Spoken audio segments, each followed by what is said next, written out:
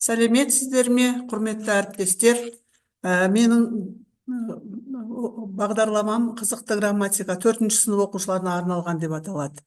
Ал енді бұл бағдарламаның мақсаты бастауыш сынып оқушыларының тілін дамыту, сауатын жетілдіру, өз ойы мен пікірін еркін жеткізуіне, есте сақтау қабілетінің артуына, логикалық ойының дамуына зор ықпал жасау. Сабақ жоспарының тақырыптарын құруда оқушылардың жас ерекшеліктері және түсініктеріне сай негізге алынды.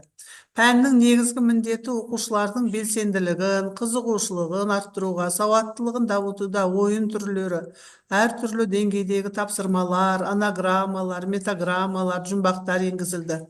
Осы сабақтан алған білімдері арқылы оқушы тілдік мағлұматтарды меңгереді және сөйлеу дағдылары қалыптасады. Олар өз ойын ауызекі және жазба түрде еркін жеткізіп, өзгенің сөзін толық түсіне алады. Ал қызықты грамматика пәнінің міндеті бұл дұрыс түсініп және мәнерлеп оқу, жазу дағдыларын қалыптастыру, тілдік қарапайым түсінік, орфографиялық, пунктуациялық біліктілік қалыптастыру, сөйлем әрекетінің түрлерін меңгеру және әртүрлі жанрлардағы әртүрлі жағдайларда қолдана білуге үйрету. Алған тілдік ақпаратты пайдалана отырып, нысаналы мақсатта меңгеру, олардың талдау, салыстыру, топтау және жинақтау машығын қалыптастыру.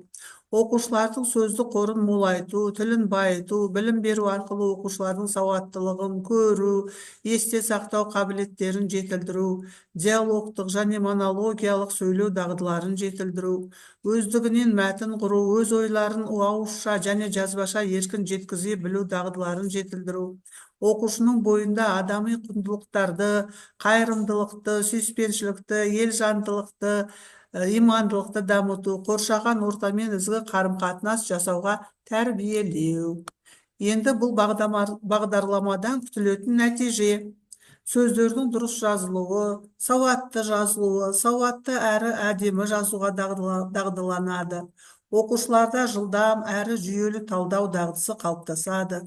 Оқушы өз білімін логикалық тұрғыда талдай алатындықтарына қарай тыңдау, әрі қатесіз сөйлеу, жазу қабілеттері жетіледі. Әртүрлі деңгейдегі грамматикалық тапсырмаларды орындау барысында логикалық ойлау қабілеттері артады. Шығармашылық жүйе істеуге қалыптасады.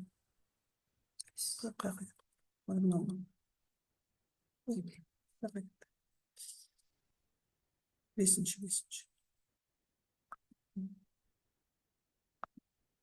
Ал енді грамматикалық тапсырмалардың түрлері өте көп. Мен өзімнің сабағында мысалы мынандай сөздік саяхат деген тапсырмаларды беремін. Бұнда балаларға 2 конвертке бөліп, мысалы шаңырақ деген сөзді бір конвертте болса, екінші конверттен жаңағы бұл шаңырақ қандай мағынаны білдіретіндігін олар табады. Яғни сөздің мағынасын ашу арқылы осындай ойын түріндегі сабақтарды жүргіземін. Сосын мысалы жұмбақтардың да бала өмірінде алатын орны ерекше. Жұмбақтарды шешу арқылы ойлау қабілеттері дамиды. Қазақ тіліндегі жұмбақтарды шешеді және жұмбақтардың шешуін сыныптан іздеп табады. Бұл да ойын түрлері сабақта қолданылатын. Енді құпия сөздер деген мына жерде мысалы әріптерден сөз құрастыру.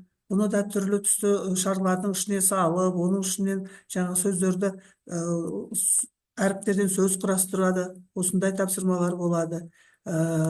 Енді мысалы тапсырмалардың ішінде түрлі тапсырмалар бар. Қызықты грамматиканың ішінде. Мысалы, үндестік заңына байланысты тапсырма бар. Мына жұп қосымшалардың қайсысын қай сөзге жалғауға болады? Барлығын бірдей жалғауға бола ма?